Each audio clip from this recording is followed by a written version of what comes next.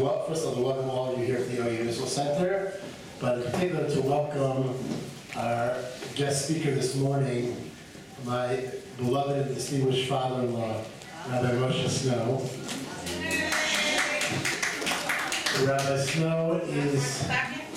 Rabbi Snow is a longtime faculty member at the Rough Tights and Persistent Academy, also known as JEC Yeshiva in Elizabeth, New Jersey.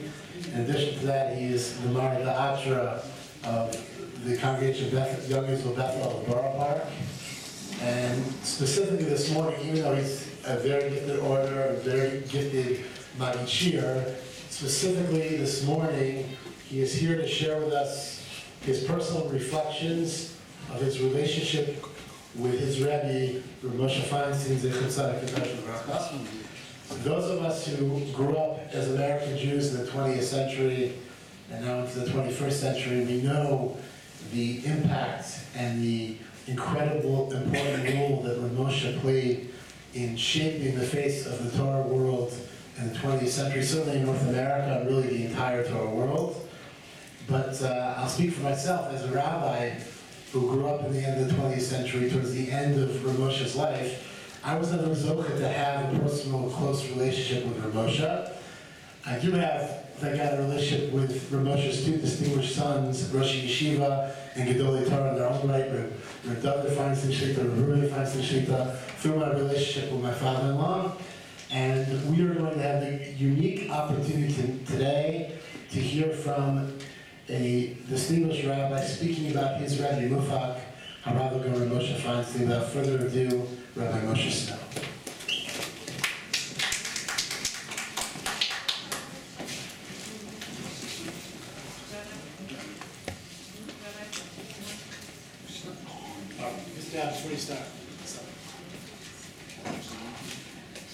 We'll just ask everyone to make sure your cell phones are on silent and or vibrate, thank you, or off.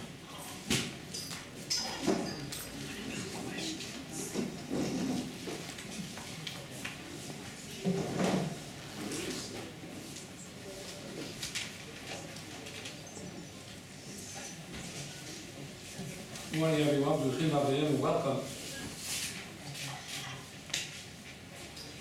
I'd like to extend my thanks to my Choshev son-in-law, Rav Shmuel Aaron Shur, who introduced me, and to ask permission from all the Choshev guests today to address you on this very important topic. Now, the title of the shiur today is The Greatness of Rav Moshe Feinstein. And I would assume that when people hear about someone who's going to speak about the greatness of Rav Moshe, they're going to expect to hear all kinds of discussions of his magnum opus, of his Shailos and Shuvas, known as the Igros Moshe, or perhaps some detailed analysis of his really personally great, what he felt, contribution to Klal Yisrael, the Dibros Moshe. So if you're here for that purpose, I'm sorry to disappoint you, because I'm not going to go through Rav Moshe's Shailos and Shuvas. What I am going to do is talk about his greatness. And what do you mean? What do I mean when I say his greatness? About a year after Rav Moshe passed away, ArtScroll put out a biography of Rav Moshe by the title Reb Moshe, and it was a biography that was written and not updated until 25 years later. And the most recent edition of Reb Moshe is an updated version of his life story. The book became an instant sensation. People were buying it and reading it, and found that it contained so many kernels of valuable information that would help them personally to grow and to develop, that it was enjoyed by secular and religious, knowledgeable laymen, all types of people, because of the greatness of Reb Moshe. At that time, I was in contact with some very fine, strong yeshiva people, and one young yeshiva man, who I was related to, came over to me and he said to me, He said, "Uncle, I must tell you, the boys in the yeshiva who've read the biography of Moshe are very, very upset. They don't feel it captured the Gadol Hador. They don't feel it captured his brilliance, his knowledge, his wisdom, his bekiyus, his absolute total command of Kol HaTorah Kula." I said, "What are you talking about? What do you mean it didn't capture it?" "Well, it didn't mention all his genius and that he memorized Shas and that he knew all Tosfos by heart and so on. It didn't talk about that." So they didn't think it really captured Reb Moshe. And I said to him, "You go back to your yeshiva friends and tell them that they missed the point. There are many people who know Shas." I'm not one of them. Okay. But there are many people who know Shas by heart. I met with them. They scare me. I don't even like them all the time. I feel a little, what did I miss out on somewhere? I once had a terribly difficult time. I was teaching Masech the Shabbos. I still am teaching. We're almost finished now. This goes back about 10 years ago. I was teaching a very tough sugya in Masech the Shabbos, and I came across a marsha that I couldn't fathom for the life of me. I didn't know what to do. I knew that Shabbos afternoon I have to give a shiur. I wanted to discuss this marsha, but I didn't know it. I said, "What am I going to do?" I said, "There's only one thing to do. I've got to get down to the east side. I have to speak to Rabbi Feinstein. I have to ask him to help me understand this marsha." So I went down to the east side, and I waited till after the shiur that he gives on Friday mornings, and I went over and I said, "Rebbe, Shalom Aleichem."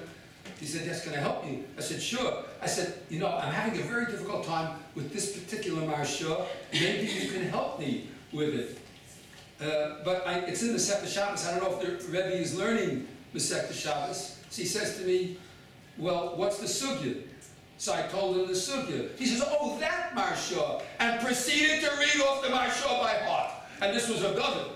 So I said to myself, "Oh, it's true what they say about Reb Moshe. He really did know everything by heart. This is scary."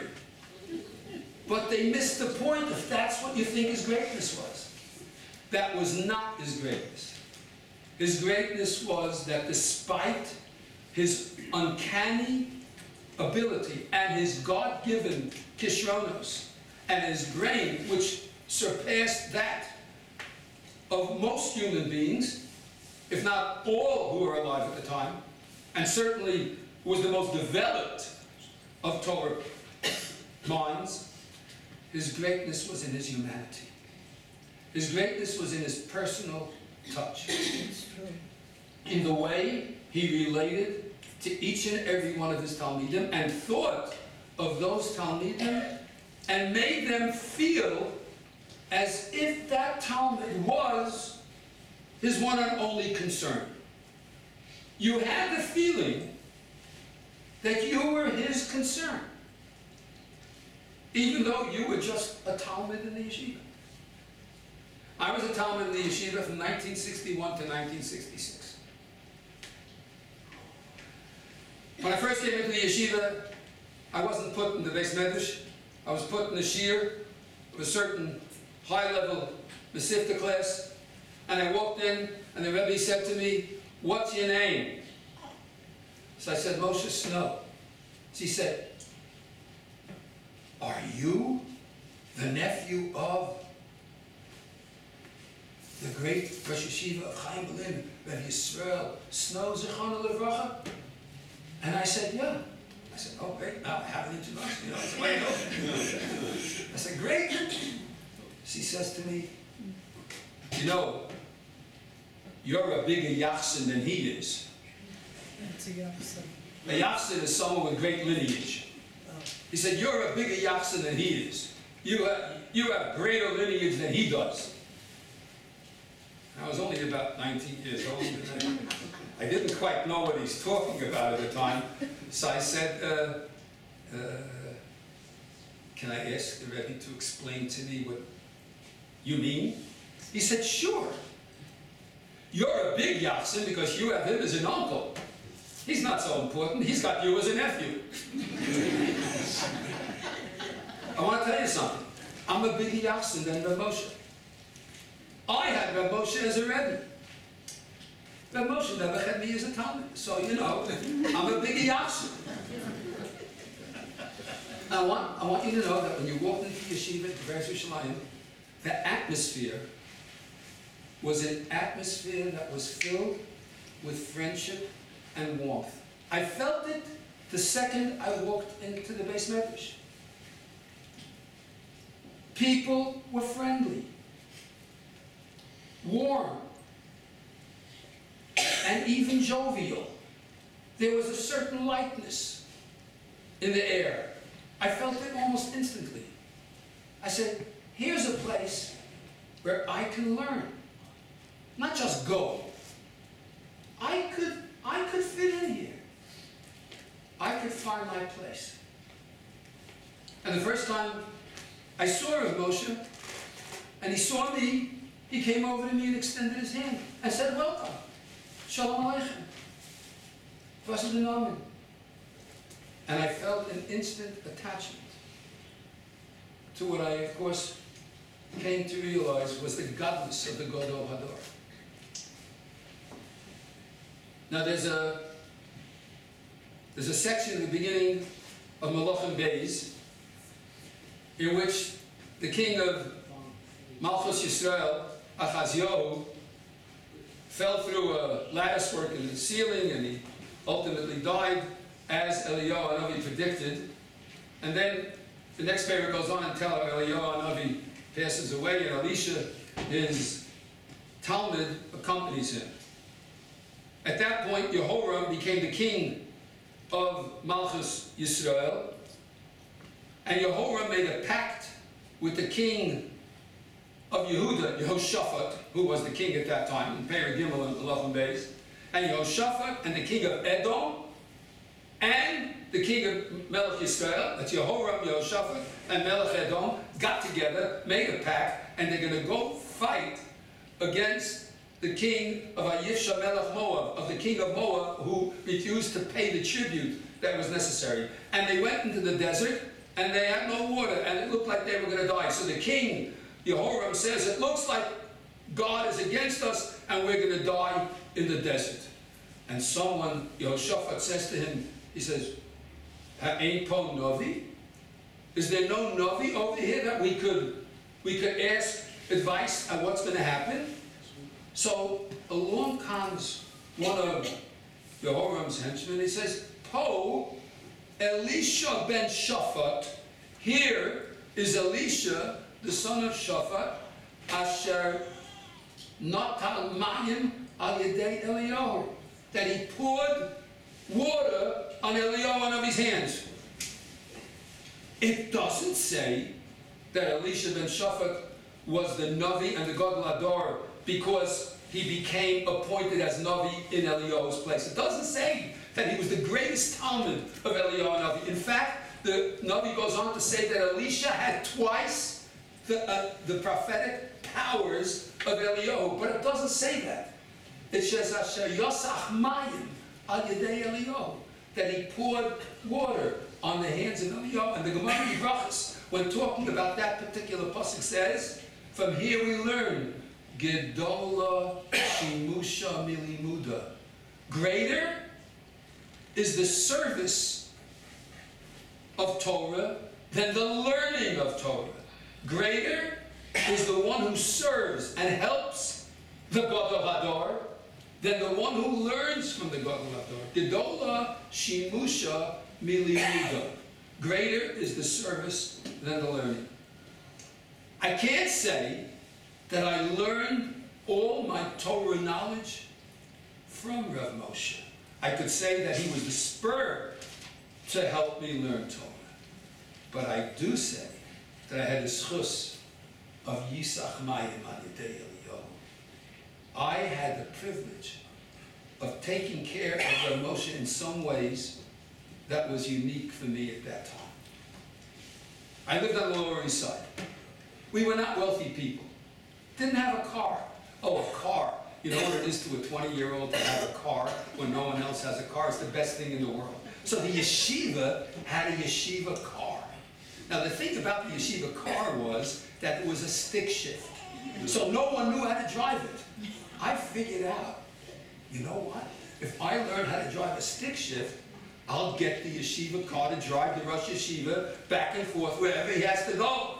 Of course, Motzei Shabbos, usually the Rosh Yeshiva doesn't have to go places. So Saturday night, yes, I've got a car, so I decided I'm going to learn how to drive a stick shift. So I drove a stick shift, and I had the car, and when Moshe had to go places, or the Rebbitzin had to go places, I was willing and more than eager to take them. And I did. I remember one time when Moshe comes into the car, in his own unique fashion. He was a short little man, and he crawled into the car, and he crawled into the front seat. He sat down. He didn't have seatbelts at that time. The car was, now again, I was there from 61 to 66, but the car was like a 53. It was a yeshiva car. It didn't look that nice, but it got you where you're going, So when Moshe got into the car, and he sees that there's a pen on the dashboard. He picks up the pen, he looks at the pen, and he says, "Oh, das is a paper, mate. It gleich besser than Parker."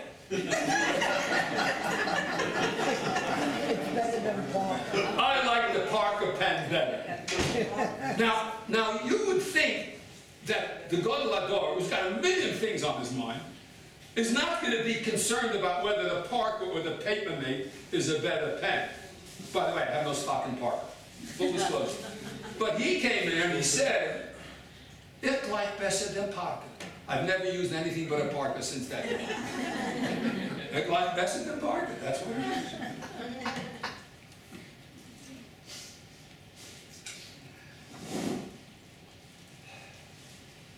My first bechina by the Rosh Yeshiva was an experience.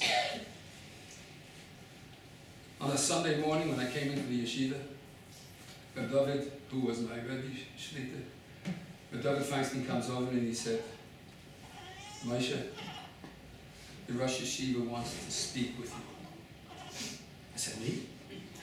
He wants to talk to me? What did I do?" He said, "No, he wants to talk to you and learn you." So, I was in a good relationship with David. So I said, but there's something he doesn't know, he needs me. What can I teach him? I don't, what does he want to speak to me about? He said, "No, he wants to talk to you and learn you and see how you're doing." I said, "Oh, you mean he wants to give me a bechina, huh?" He said, "Yup, your first bechina. Wednesday morning, 10:30. Make sure you're there." So Sunday morning, I sat down with my chavrusa, and we started learning. I think it was in Septic Subas at the time, which is not an easy Neseptic. And we took a piece of Gemara, Rashi, and Tosfos, Mashur, the Rosh. We went through it. I'm sitting there. I'm learning it Sunday morning, Sunday afternoon, Monday morning, Monday afternoon, Tuesday morning, Tuesday afternoon. I'm wrapping my brains. Wednesday morning, I got there early, which is a feat in and of itself. I got there early. We sat down. I started preparing. 10:30 comes. Rabbi comes over to me. He says, "My father is ready for you." Now I want to tell you, I was wearing a turtleneck sweater and a pair of chinos with a kippah sruga, because that's what we wore in those days. Perfectly reasonable, but Moshe never said a word about it at any time.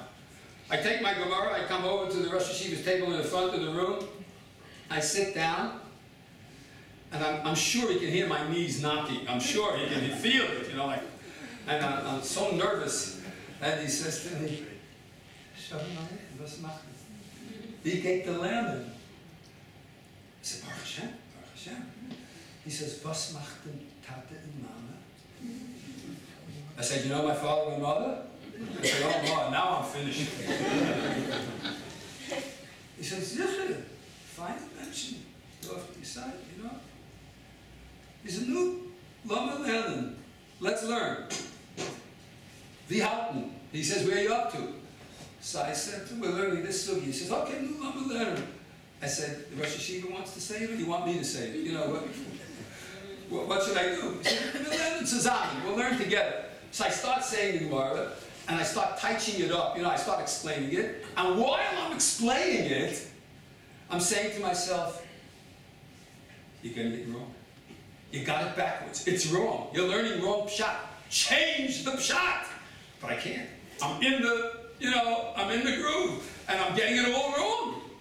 I know I'm getting it wrong. And the Rosh Yeshiva says, Efshe hat ihr gemeint das. He said, maybe you meant this. I said, yeah, that's it. That's it.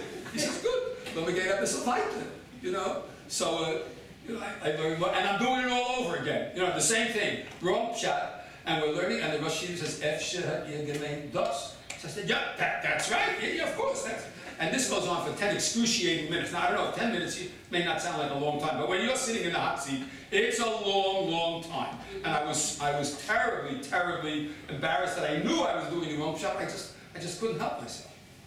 And then, at the end of the shiur, I got the absolute best rebuke I've ever gotten in my life, in the most gentle, sweet way you can ever imagine.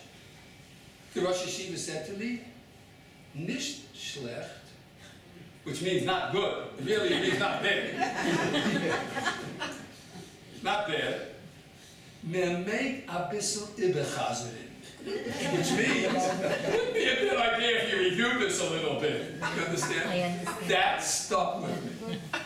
That was the best rebuke I've ever had in my life. Me make a bissel ibechazerin. And that was the nature of Rav Moshe. In the softest, sweetest, most positive way, he was able to tell me, you really have to do better than this, in the nicest way.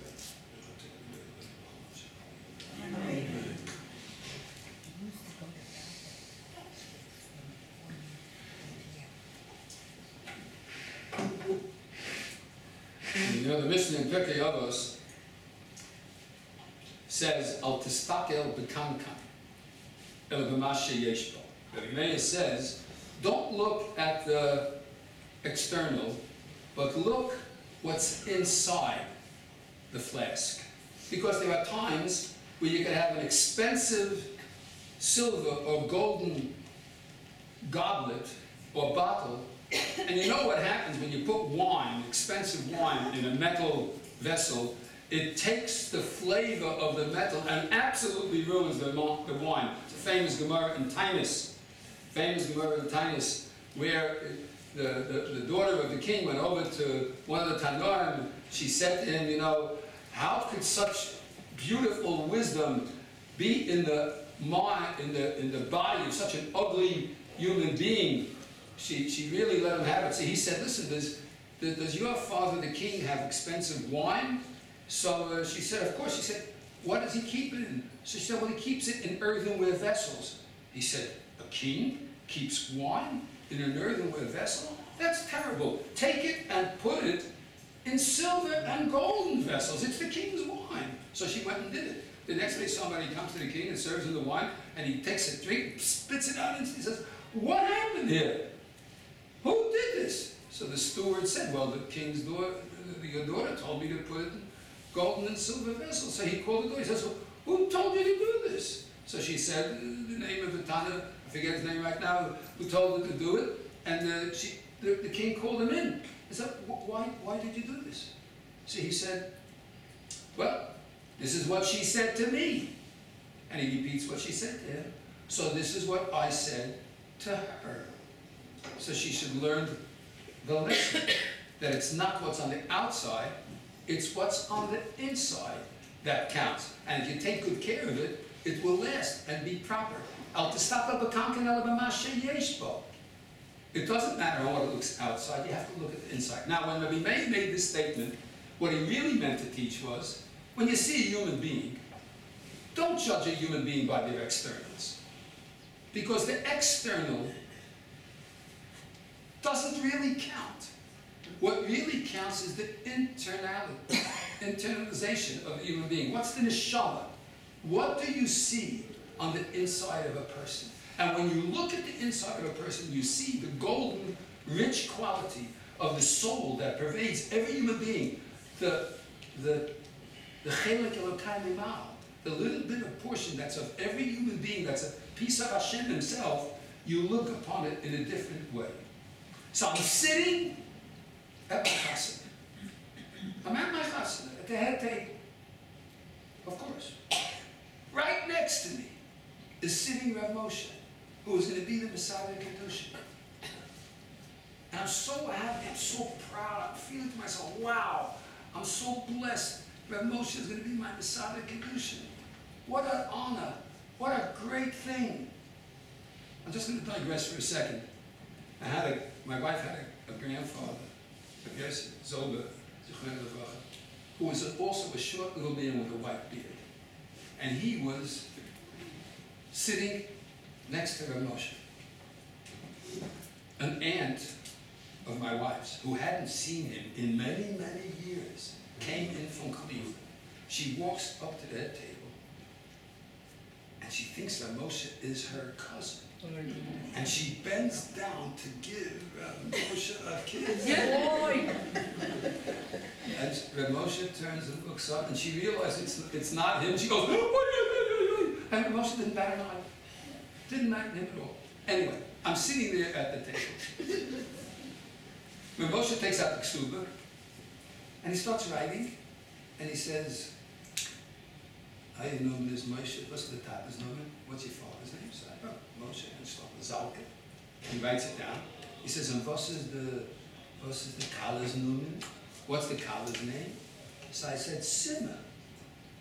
He says, "Simmer?" He said Shimmer, because the Rosh Hashiva had a tough time saying the Simmer. For those who knew it, they remember. That's why his wife's name was Shimmer, but all right. But he says, "Shimmer?" I said, "Yeah, no, Simmer, mitasamach." He says, "Yeah, what's that?" And he writes down, "Simmer." Then he stops writing, and he says to me like this. He says, "Get sich kick. Look at this. My Name is Moshe, und dein Name is Moshe. Mein Freund is Simmer, und dein Freund is Simmer. Wir sind dieselbe." What does that mean? Which means, I'll explain. My name is Moshe, and your name is Moshe, he says to me. My wife's name is Simmer, and your wife's name is Simmer. We're the same. And I'm thinking, yep, we sure are. Well, come on. What do you mean we're the same? But he really meant it. No, he really, really meant it. You know why? Because he was al-tistak el-bakankan, el-b'mashe yeshbo. He saw a neshama. He looked at every Jew as if that neshama was pure and golden. And therefore, he saw something that he felt, even though it might have been a joke, but in his own way, he had every intention of making a chassan domer lemelech feeling like a melech. That's an experience. You're not going to find it in any book. And not too many people are going to be able to share, but it's an unbelievable statement about the greatness of this brilliant Talmud Chacham. Just to give you a little insight into one or two very cursorily mentioned shuvas, to give you an insight into the brilliance of the Rosh Hashiva. Now, the two I'm going to speak about are well known, although everyone may not have heard of them. But in the Torah world, they are well known. The very, very first Shiloh that ever came to Rav Moshe occurred when he became the Rav in Lupa. He was a young, brilliant Talmud Chacham who everyone had tremendous respect for. And a problem came to him. There was a man in town who was a little unstable, and his wife was seeking a get because she couldn't stand it anymore. And he was a little strange. Now, how strange was he? Okay. No one in town was allowed to read from the Torah except him. He went absolutely ballistic if anybody would dare go over to the Sefer Torah and read. He is the town's Baal Korah. He is the town's Shliach Tzibur. In fact, he went around saying that he's Mashiach. He went around saying, I am Mashiach. And this was going on for a while, and And it drove his Nebuch wife crazy. So, the Mechatanim, her parents were trying to get a get from him. But the Rabbanim in town felt, someone who's a shota can't give a get. If someone's an imbecile, they can't give a get. So what do? Now he had another problem. He used to walk around, pardon the expression, without clothes, because he's like Adam Kaidem Achet. He said, I'm Adam Arishan before the sin. You understand? So he would climb up in a tree, and he would do his thing, and he would say, I'm like Adam Arishan, Kaidem Achet, and I'm Mashiach. And this would drive the family nuts. They were embarrassed. They didn't know what to do. How could they possibly get a get from someone who's a shota? So they came to Moshe for a solution. This was his first shiloh. It's written in Chelik Aleph of Evan, has a simon Kuf Chof, you can look it up. And has a date on it of the tshuva. Here's what Rabbi Moshe did. He said, tell him I want to speak to him. He should put on some clothes and come, and I want to talk to him. And the Rav says something, he's going to listen. So sure enough, he comes. And the Rosh Hashiva says to him, he says, listen, I hear that you're Mashiach. And he said, yeah, everybody knows it. It's a fact. He says, listen, if I give you $200, 200 rubles, whatever it was, if I give you 200 rubles, so that for the next 4 weeks, you don't go around saying you're Mashiach, and you don't climb up trees and do your thing, would you promise me you're not going to do that anymore if I give you 200 rubles? The man thought to himself, 200 rubles, that's like a small fortune. So he says, yeah, I can do that. So Moshe said, quick, call the cipher, get the Eidim, we're ready to get right now. He's not a shota. A shota is someone who doesn't have any value of money. He's got value, he understands the value of money. So if he's got that, he's not a shota, right to get, and sure enough, he was able to write the get. That's his first tshuva. Can you imagine a young Rav being faced with such a problem? Can you imagine that? Second thing that I'm going to bring down. I heard a shiur about 20 years ago from Rav Hershel Shechter Shlita, the great Rosh Hashiva, Yitzhak Ochana, and he was talking to the Smicha class, and he was trying to explain to the boys how deep they have to know Gemara and how much you have to understand about it in order to be able to paskin shaylos. So he said, all right, I'm going to give you the following shayla. Where are you going to go look in the Gemara to come up with the answer? Now, it's interesting to note that when Rav Moshe wrote the Igros Moshe, the first time when he came out in the 50s, I remember I was a young child, there was a storm about this Gadol who wrote like a Rishon. Because Rav Moshe didn't go to the codes and say, well, this code of law says this, and that code of law says that, and this Shilas and Shuvah says this, and this Shilas and Shuvah says that. He didn't do that. Instead, he went back to the Gemara, and he reworked the Gemara as if it was first presented, and explained the Gemara, and from the Gemara, he paskined the Shaila. He did not use the Shulchan Aruch. He used the Gemara and reworked it. So this is something a Rishon did. This is something Rashi did, Tosfos did. This was not something that people in our generation of the later Achronim ever did. And so, when this Shaila was asked, here comes the question. Someone came to him and said, is it permissible to have a double ring wedding ceremony? Is it permissible for the chosim to say to the kala, Hareyat Mikudeshes Libet Habazu, and so on and so forth, and then the kala give a ring, even if she doesn't say anything, give a ring to the chosim, and that makes under the chuppah. Could you do that? So Rav Shechter said to the boys, where are you going to go looking for the tshuva for that kasha, for that shayla? So one fellow said, I would go to Ksubis. He said, okay, go look. 112, 114 black Ksubis, go look. You'll find nothing. Another one said, Gittin. I would look in Gittin. He said, go look in Gittin, go ahead. You're not going to find anything. Go to Kedushin. You're not going to find anything there either. Where do you think Rabbi Moshe went for the answer to this tshuva? He went to Masechta Shabbos. Masechta Shabbos, yes.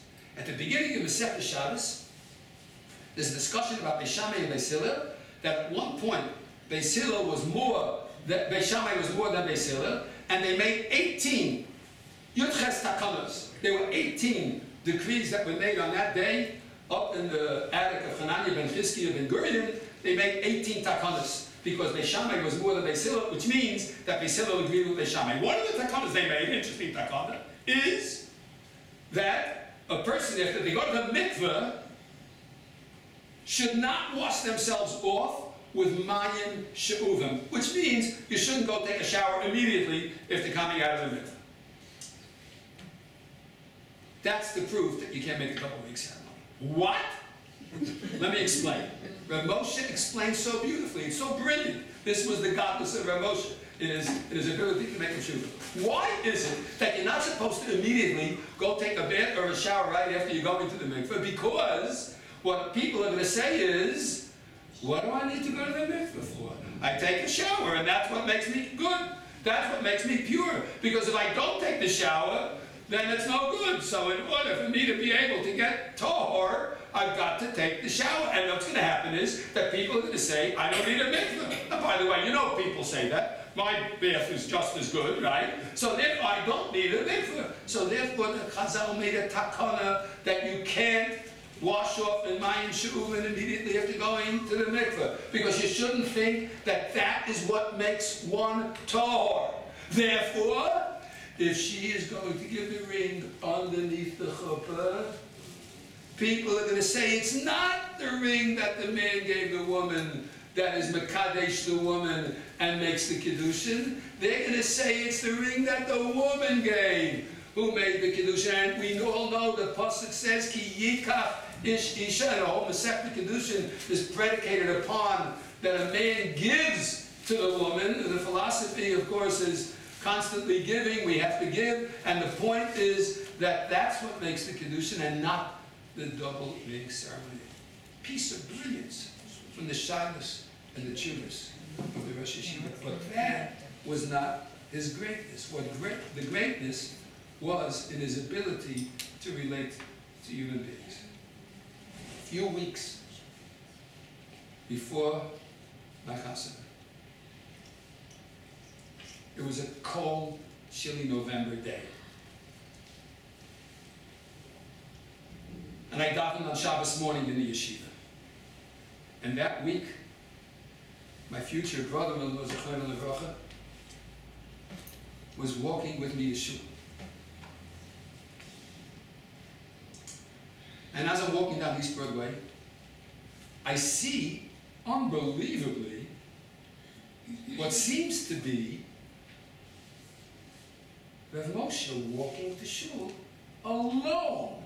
Now, anyone on the east side who ever saw Rav Moshe in the street knew that around him was a coterie of people. There were always Talmidim, Rabbonim, Balabatim surrounding him when he walked. When he walked down East Broadway, there was the phalanx of people that were following him along. And here, I never ever saw this. It looked to me like he's walking alone.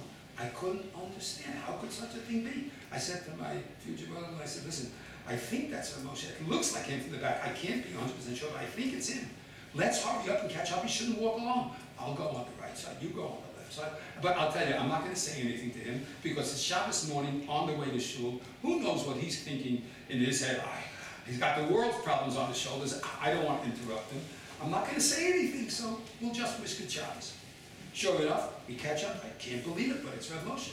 We're walking along, and Rav Moshe, we caught up, and Rav Moshe sees that he's got two people walking along. He looks up at my brother-in-law, good Shabbos. Looks up at me, he says, good Shabbos. He says, Moshe Shalom. Now, I'm saying years, but I'll translate. The guy's called a chassan in 4 Wochen. You're going to get married in 4 weeks, right? It's amazing that he remembered that, you know. I said, yeah. He says, close your coat, you might catch a cold. This was what was on his mind. I'm walking, I'm saying don't interrupt it, and he turns up to look at me and says such a statement. Unbelievable.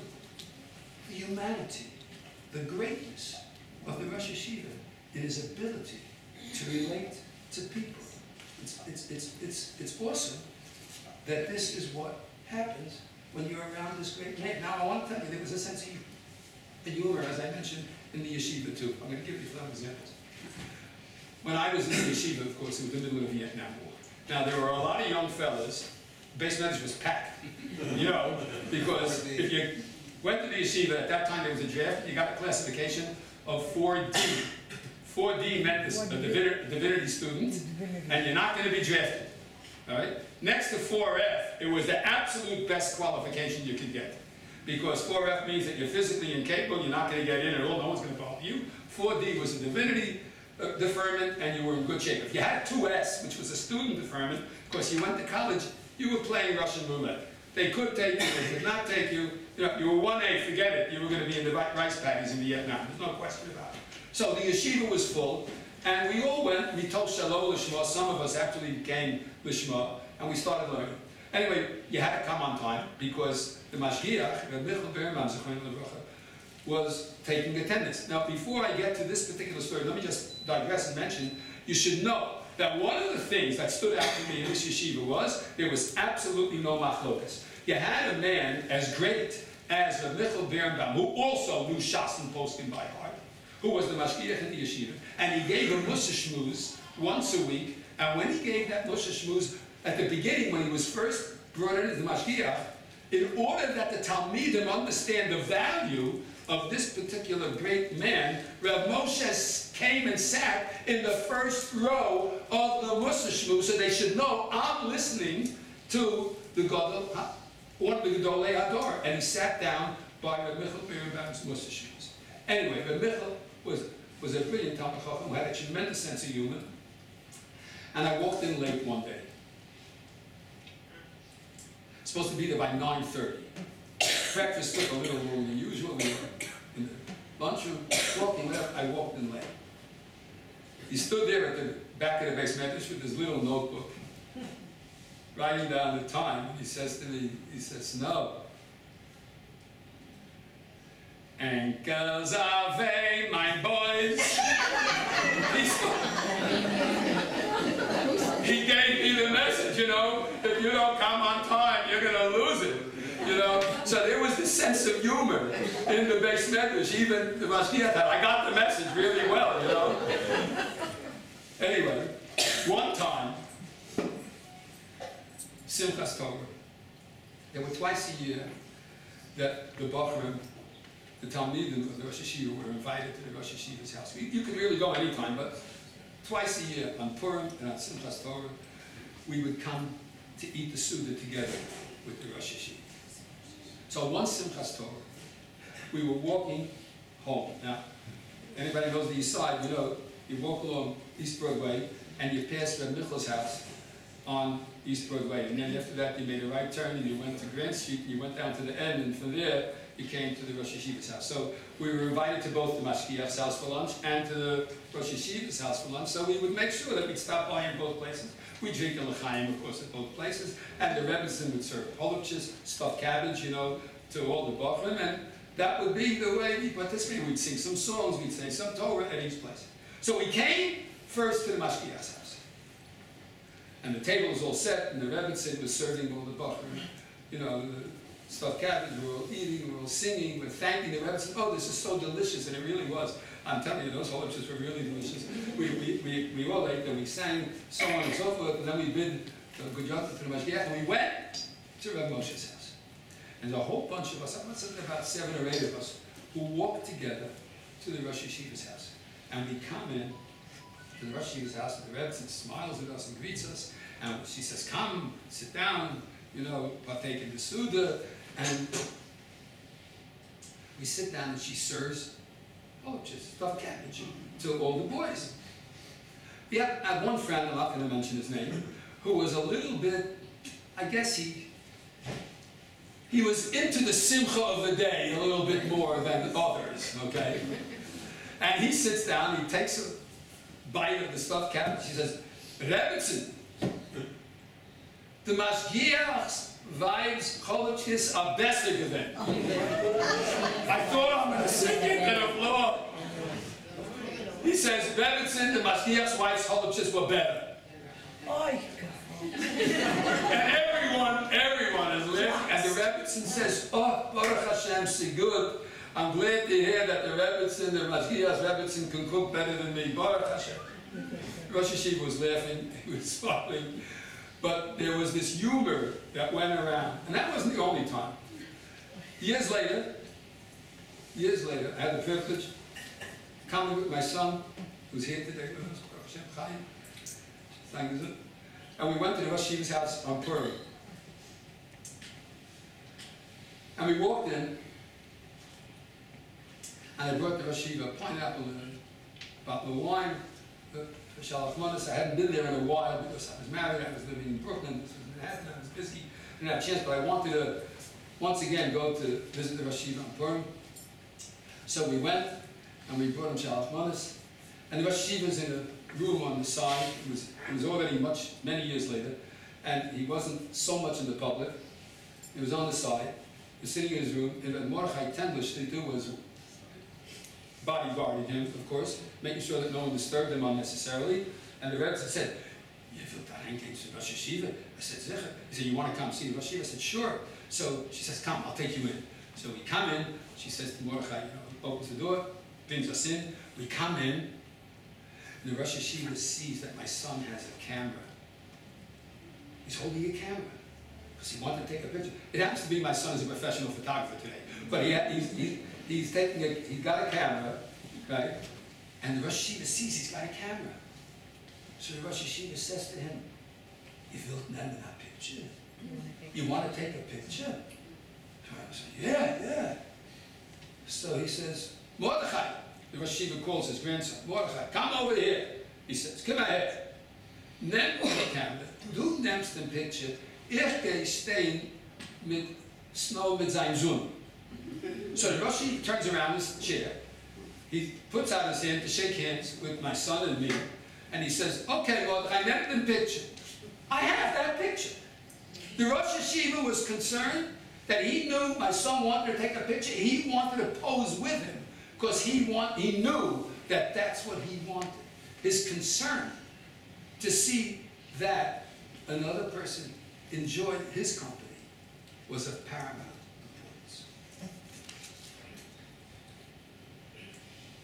At the Suda, they served, one of the boys brought a bottle of beer and poured some beer for the Rosh Hashiva.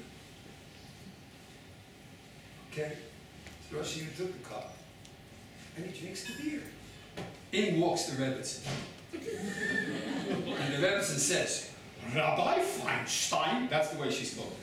"Rabbi Feinstein, du trinkst beer?" He says, "Purim memeg. It's Purim, you're allowed."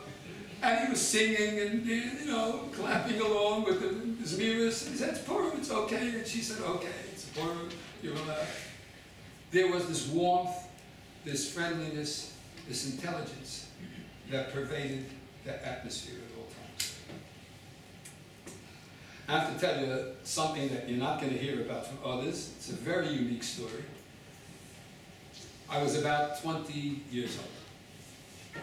The boys in the yeshiva in MTJ were from yeshiva. The high school boys, as all high school boys are, were into basketball. One of the really great former RJJ basketball players is here with us today, Marty Miller, a friend of mine. I was into basketball. My brothers were into basketball. My interest in basketball was not only in playing, but the strategy of the game was interesting to me. There was this, intelligence about the game. And so when I used to play in the yard in MTJ, I used to tell the guys, bounce pass here, do this, do that, and so on. And one day they came to me and said, we'd love to make a team. Would you be the coach? So I said, yeah, okay, I'd love to do that. Why not? Sure. So I became the basketball coach. And then they got really good. They had some really good players. They said, we want to join the Yeshiva League to play. I said, yeah, there's a problem.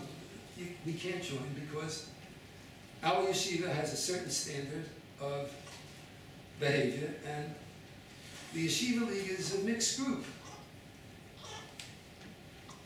There are girls at the basketball games, and it's not in keeping with the yeshiva's policy to have the boys and girls mix at this age. So we can't join. So they said, you know what? Let's make a league only where boys play. No girls are allowed at the games. We'll have a regular league, we'll play games, and there won't be any girls. It'll be a kosher yeshiva league basketball.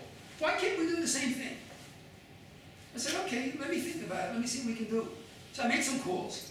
I called up the Competency Yeshiva in Borough Park. I called up Shamshon Furl Hirsch in Washington Heights. I called up Yeshivas Lorena Chaim Berlin. And I called up one or two other yeshivas in Parkway.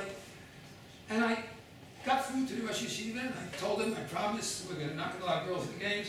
We're going to run a Kedas Kedin. It's going to be according to halacha. We'll do it. They said, if you'll take care and you'll make sure that everything is done to halacha, we'll agree. And sure enough, we had a league. It was great. The boys played. They had regular scheduled games. They charged admission like any other league to the games, and it became a very popular venue for everybody to join. It was going great. Halfway through the year, I was the coach of Tveres Yerushalayim, and we were doing great. We won all our games. We were like 4-0 at the time, 5-0. We really had the best team in the league. It was going great. What happens? I get a call from the coach of Highlight. Highlight was the Hebrew Institute of Long Island, the forerunner of Hafter at the time. I get a call. Being you're the top team in your league, we'd like to invite you for the Highlight Hanukkah tournament to participate. Now, I want you to understand, this means we made it. You understand? The other league is now inviting us to competition because we're good. We've made it. Without even thinking, I said, yeah, we're coming. And we started printing tickets and flyers, and we're going to the Highlight League and so on and so forth, and we're going to the basketball game and so on. It's going to be great, great, great. And we hired a bus and we sold 50 tickets and people are coming, they're all excited. A week before the game, one of the base mentors, who was a bit of a holy roller, you might say. He comes over to me and he said, "Was ist das? Gehst machen a chil Hashem." What are you doing? You're going to make a chil Hashem? I said, what do I do? What do I do? He said, you're going to play at the Highlight tournament?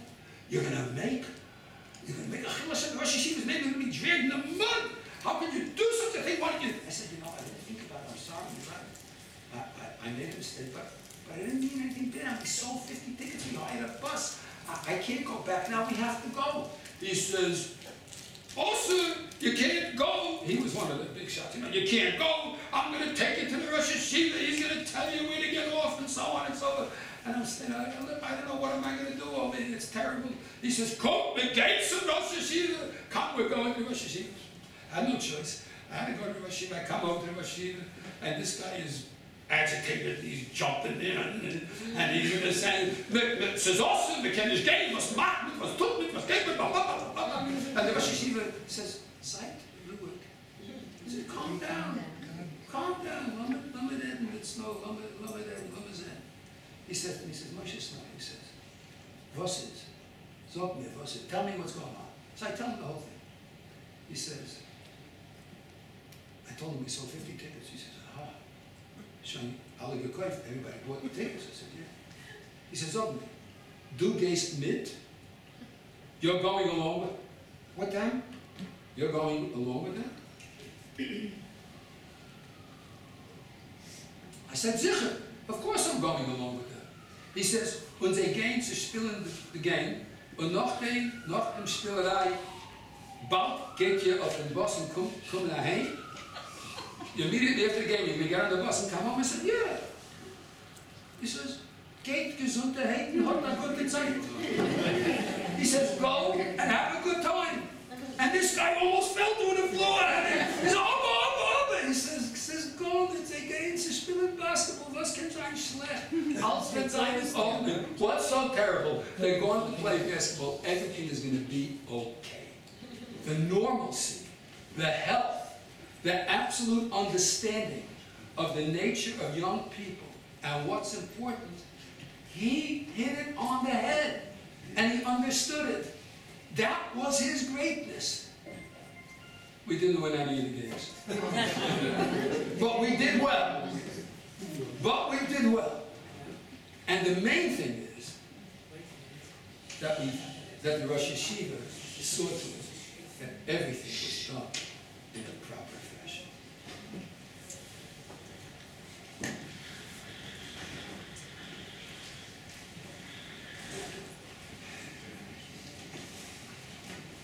There's an old joke that when you got smicha from the Rosh Yeshiva, you got 2 pieces of paper.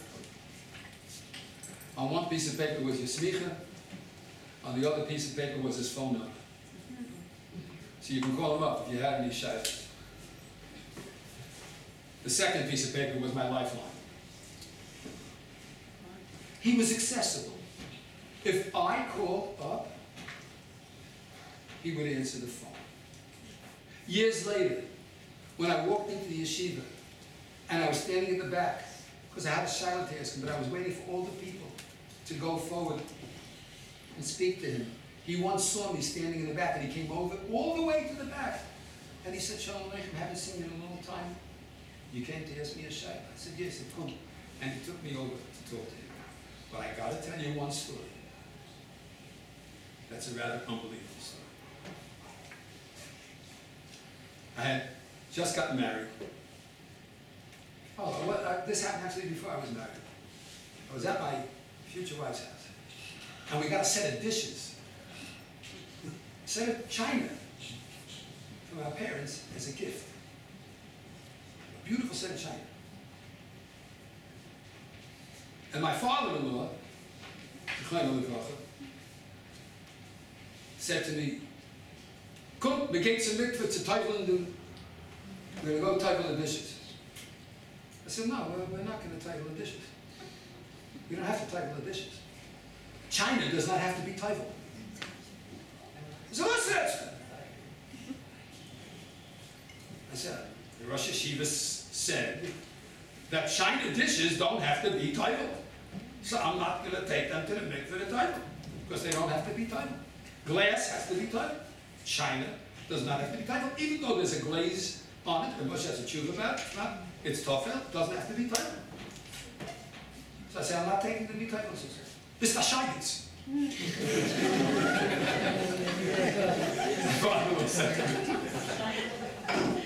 Last in yeshiva, was can't be.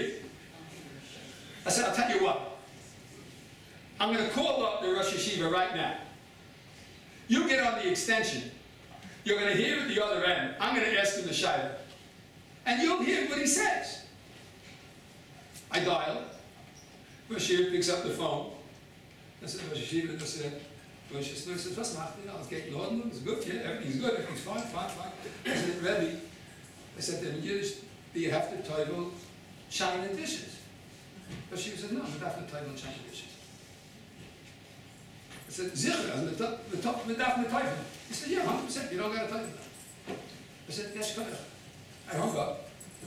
My father-in-law comes out of the other room. I said, you see? You heard what he says. My father-in-law says, das ist nicht gewesen, Reb Moshe. He said that was not Reb Moshe. Of course it was, you know. But he said that was not Reb Moshe.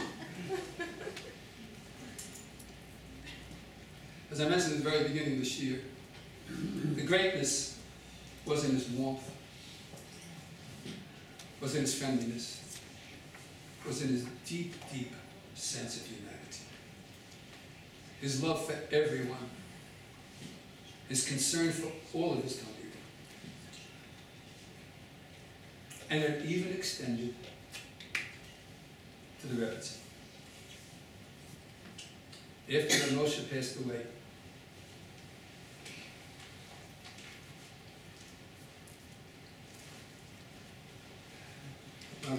I talked about taking our future Kala, who is also here today, my son's wife, and my daughter, who we hope will be a Kala soon. And we decided to go visit the Rebbetzin. If the Rosh Yeshiva was alive, we would have gone to the Rosh Yeshiva. If the Rosh Yeshiva is not alive, we're going to go to the Rebbetzin. I'm going to ask her for a bracha. Called up, asked the Rebbetzin when we could come over, made an appointment, and we went to visit the Rebbetzin. And the Rebbetzin, charming, as charming as you can imagine. And we come in, and I introduced the Rebbetzin to my daughter-in-law, my future daughter-in-law, Indy, and my daughter, Shana, introduced him. And the Rebbetzin said to my daughter-in-law, "Was tut dem Chassan?" What did the Chassan do? So she said, "He's working." She said, "Baruch Hashem." Baruch Hashem. Now there'll be some Jews who'll be able to support the boys in the yeshiva. and she gave a tremendous bracha. A tremendous bracha. And it didn't only extend to his wife, but to his children. I have the honor and privilege of being close. Baruch Hashem, really close with Rabbi David. I just spoke to a week ago. I want to tell you a story about Rabbi Reuven. His son, Rabbi Reuven Feinstein. Rosh Yeshiva's got mom. My son was getting married. My daughter is a tznuah. So she didn't want to walk down the aisle. I have to have all the boys looking at me. I don't have to do that. I don't want to walk down the aisle. I said, I'll tell you what. I'm going to call up Rabbi Reuven. If Rabbi Reuven said, "You're allowed to walk down the aisle, you'll walk," she says, "Of course." If Rabbi Reuven said, "I'll do it, I'll do it." I said, "Okay." I called up the Rosh Yeshiva. I said, "Rabbi, it's Moshe Snow, you know," and he was coming to the chasana. I said, "You know, my son's getting married, and my daughter, she's a Beis Yaakov girl, and she's not so sure she wants to walk down the aisle. What do you think? Is it okay? Should she do it?" He says, "How old is she?" I said, "Well, she's 18 years old, 19 years old." He says, "So she's a college maid." I said, "Yeah." He said, "Tell her to walk down and make sure she looks good." The normalcy. You understand? You understand? You understand? You have to be normal. You have to be normal. The health, the brilliance, the warmth, the sense of humor, and the deep, deep commitment to the feelings and the love of every single Jew that they came across. That was the greatness of Rabbi Moshe. And that is the privilege that I was given. That as he kissed me under the chuppah, I felt a transference of a tremendous amount of warmth and love and understanding that enabled me and spurred me to do the best I could. And it's all due to the greatness of Rabbi Moshe Feinstein Zecher Tzaddik.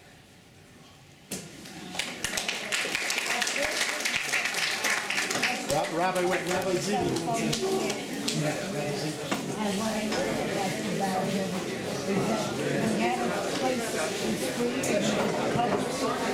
Folks, just before we all disperse, a couple of public service announcements.